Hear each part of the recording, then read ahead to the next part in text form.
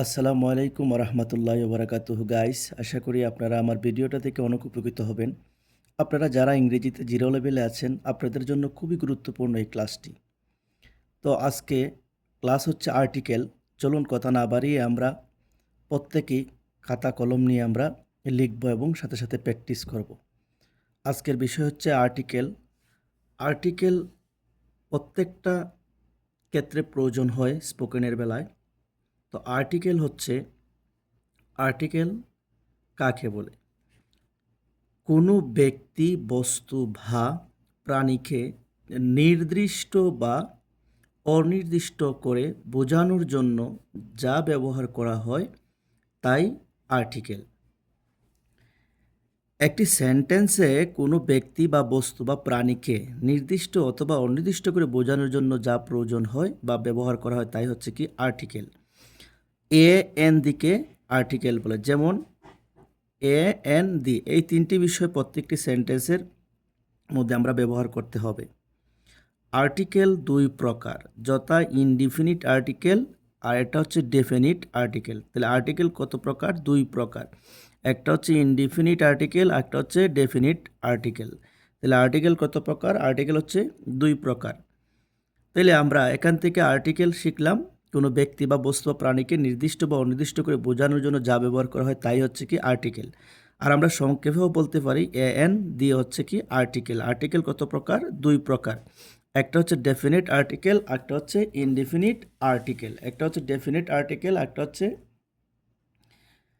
হচ্ছে indefinite article, একটা হচ্ছে ডেফিনিট আর্টিকেল। তো আমরা এবার আলোচনা করব কি ইনডিফিনিট আর্টিকেল। কি আলোচনা করব? Indefinite article. ইনডিফিনিট আর্টিকেল কোনো ব্যক্তি বা বস্তুকে বা প্রাণীকে অনির্দিষ্ট করে বোঝানোর জন্য যা ব্যবহার করা হয় তাই হচ্ছে ইনডিফিনিট আর্টিকেল, যথা এ এন। তাইলে ইনডিফিনিট আর্টিকেল হলো কোনো ব্যক্তি, বস্তু বা প্রাণীকে অনির্দিষ্ট করে বোঝানোর জন্য যা ব্যবহার করা হয় তাই ইনডিফিনিট আর্টিকেল, যথা এ এবং এন। আবার ডেফিনিট আর্টিকেল হচ্ছে কোনো ব্যক্তি, বস্তু বা প্রাণীকে নির্দিষ্ট করে বোঝানোর জন্য যা ব্যবহার করা হয় তাই হচ্ছে ডেফিনিট আর্টিকেল, যথা কি দি। তাইলে আমরা ইনডিফিনিট হচ্ছে অনির্দিষ্ট আর ডেফিনিট হচ্ছে নির্দিষ্ট। এই কথাটা আপনারা লক্ষ্য রাখবেন, যে কোনো বিষয়, ব্যক্তি, বস্তু, প্রাণীকে যদি অনির্দিষ্টভাবে বোঝানো হয় তাহলে কি ইনডিফিনিট আর্টিকেল। আর ডেফিনিট আর্টিকেল হচ্ছে কোনো ব্যক্তি বা বস্তুকে যদি বা প্রাণীকে যদি নির্দিষ্ট করে বোঝানো হয় বা নির্দিষ্ট করে বোঝানোর জন্য যা ব্যবহার করা হয় তাই হচ্ছে ডেফিনিট আর্টিকেল। ডেফিনিট আর্টিকেল হলো দি। তাহলে আমরা সংক্ষেপে বলতে পারি ইনডিফিনিট আর্টিকেল আর ডেফিনিট আর্টিকেল আমরা এখান থেকে একটু আমরা শিখব। তাইলে ইনডিফিনিট আর্টিকেল সংক্ষেপ হচ্ছে এ অথবা এন, আর ডেফিনিট আর্টিকেল হচ্ছে দি। তো এবার আমরা শিখব ইনডিফিনিট আর্টিকেলের ব্যবহার। এবার আমরা কি শিখব? ইনডিফিনিট আর্টিকেলের ব্যবহার। তাহলে ইনডিফিনিট আর্টিকেল এখানে দেখেন খুবই গুরুত্বপূর্ণ, আমরা কয়েকটি ব্যবহার তুলে ধরেছি। ইনডিফিনিট আর্টিকেলের ব্যবহার এক নাম্বার হচ্ছে সাধারণত ওয়ার্ডের শুরুতে কনসোনেন্ট থাকলে তার আগে একটি ইংরেজি এ হয়। কি হয়? ইংরেজি এ হয়। যেমন এটি একটি বই, যেমন একটা উদাহরণ আমরা দিচ্ছি কি এটি একটি বই, দিস ইজ আ বুক। তাহলে আমাদের রুলসে কি ছিল? আমাদের রুলসে কি ছিল? একটি ওয়ার্ডের শুরুতে যদি কনসোনেন্ট থাকে, তাইলে সাধারণত ওয়ার্ডের শুরুতে যদি কনসোনেন্ট, তাহলে এখানে বুক হচ্ছে একটা কি নাউন, এর আগে কি বিটা হচ্ছে কনসোনেন্ট, তাহলে এর আগে কি বসে? এই এ বসছে। তাইলে একটা রুল শেষ। সাধারণত ওয়ার্ডের শুরুতে কনসোনেন্ট থাকলে এর আগে কি বসে? এ বসে। 2 নাম্বার রুলসটা হচ্ছে সাধারণত ওয়ার্ডের শুরুতে বাওয়েল থাকলে এর আগে কি হয়, ইংরেজি একটি এন হয়। তাহলে এখানে দুইটা ক্লিয়ার। কনসোনেন্ট যদি থাকে তাহলে এ, আর যদি বাউল থাকে ওয়ার্ডের শুরুতে তাহলে এন। তাহলে কি বসবে, এন বসবে। উদাহরণ, এটি একটি ডিম, this is an egg, this is an egg. ইটা হচ্ছে কি আপনার ভাওয়েল, এইটা হচ্ছে কি ভাওয়েল, এই জন্য এর আগে কি বসছে, এন বসছে, কি বসছে, এন বসছে। তারপর 3 নাম্বার যে রুলসটা হচ্ছে, আপনারা একটু মনোযোগ সহকারে দেখেন। সাধারণত ওয়ার্ডের শুরুতে যদি ইউ থাকে, কি থাকে, ইউ থাকে, এবং এর উচ্চারণ ইউ হলে অথবা অন্য ভাওয়েল থাকলে এবং এর আগে উচ্চারণ ইউ হলে একটি ইংরেজি এ হয়। কি হয়, একটি ইংরেজি এ হয়। সাধারণত ওয়ার্ডের শুরুতে ইউ থাকলে এর উচ্চারণ যদি ইউই হয় অথবা অন্য ভাওয়াল থাকলেও এর উচ্চারণ যদি ইউ হয়, একটি ইংরেজি এ হয়। যেমন এটি একটি বিশ্ববিদ্যালয়, এটি একটি বিশ্ববিদ্যালয়। দিস ইজ আ, এখানে এ বসছে, ইউনিভার্সিটি। দেখেন শব্দের শুরুতে ইউ, এর আগে কি বসছে, এ বসছে। আবার হি ইজ এ ইউরোপিয়ান, এখানে এ, ইটা যদিও বাওয়েল হয়ে থাকে কিন্তু এর উচ্চারণ ইউ এর মতো, এই কারণে এর আগে ই বসছে। তো আমরা খুব চমৎকারভাবে এই বিষয়টি আলোচনা করেছি। তো পরবর্তীতে আমরা দেখছি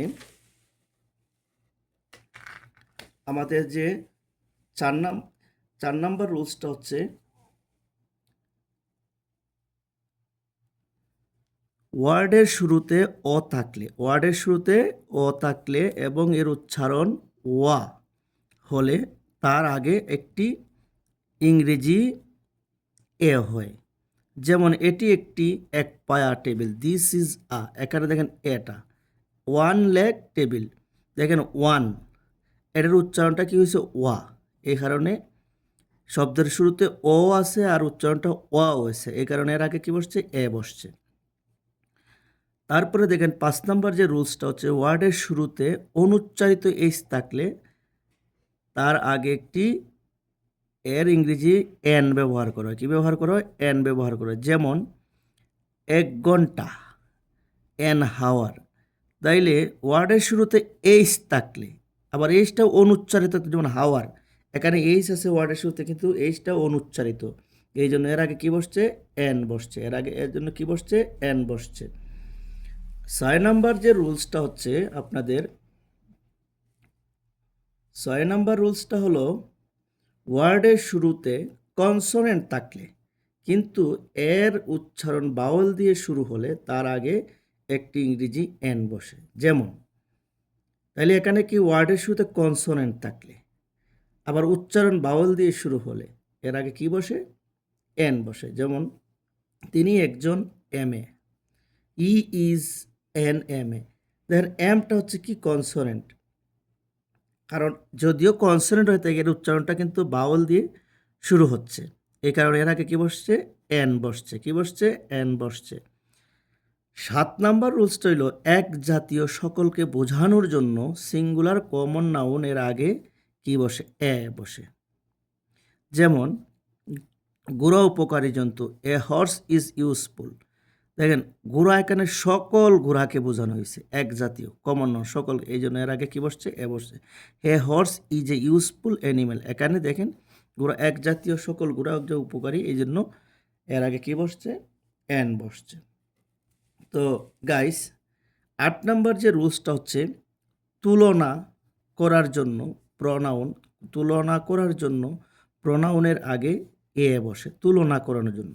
যেমন ফজলুল হকের মতো, তুমি, যেমন তুমি ফজলুল হকের মতো, you are a Fazlul Haq, you are, এখানে এটা দেখেন এটা হচ্ছে তুমি এবং ফজলুলের মধ্যে পার্থক্য বোঝানোর মধ্যে কি বসে, এ বসে, ইউ আর এ ফজলুল হক। তাহলে 8 নাম্বার রুলসটা হচ্ছে, তুলনা করার জন্য প্রপার কমন নাউনের আগে কি বসে, এ বসে। তো গাইস আপনারা এই 8টি রুলস যদি ভালো করে আপনারা আয়ত্ত করতে পারেন তো আশা করি আপনারা আর্টিকেল নিয়ে আর কোনো টেনশন ভুগতে হবে না, ইনডিফিনিট আর্টিকেল নিয়ে। এবার আমরা ডেফিনিট আর্টিকেল নিয়ে আলোচনা করব। কি নিয়ে আলোচনা করব, ডেফিনিট আর্টিকেল। তো ডেফিনেট আর্টিকেলের সংজ্ঞা আমরা আগে বলেছিলাম, নির্দিষ্ট করে কোনো কিছু বোঝানোর জন্য যে ইংরেজি ওয়ার্ড ব্যবহার করা হয় তাকে কি বলে? ডেফিনেট আর্টিকেল বলে। তাহলে ডেফিনেট আর্টিকেলের রুলস হচ্ছে নির্দিষ্ট করে, এক নম্বর, নির্দিষ্ট করে বোঝানোর জন্য সিঙ্গুলার বা প্লুরাল কমন নাউনের আগে কি বসে? দি বসে। যেমন বইটি ভালো, দ্য বুক ইজ গুড। এখানে একটা নির্দিষ্ট বইকে বোঝানো হচ্ছে, এই জন্য একটা দি, নির্দিষ্ট করে বোঝানো হচ্ছে একটি বইকে, এক বইকে। এখানে সব বই নয়, একটি বই নির্দিষ্ট এর কথা বলা হয়েছে। 2 নম্বর, বইগুলো ভালো, বইগুলো ভালো, the book is are good. The বইগুলো ভালো, the book is are good. এখানে পৃথিবীর সব বইয়ের কথা বলা হয়নি, কতগুলো নির্দিষ্ট বইয়ের কথা বলা হয়েছে। তাহলে নির্দিষ্ট করে বোঝানোর জন্য কি বসে? দি বসে। নির্দিষ্ট করে বোঝানোর জন্য কি বসে? দি বসে।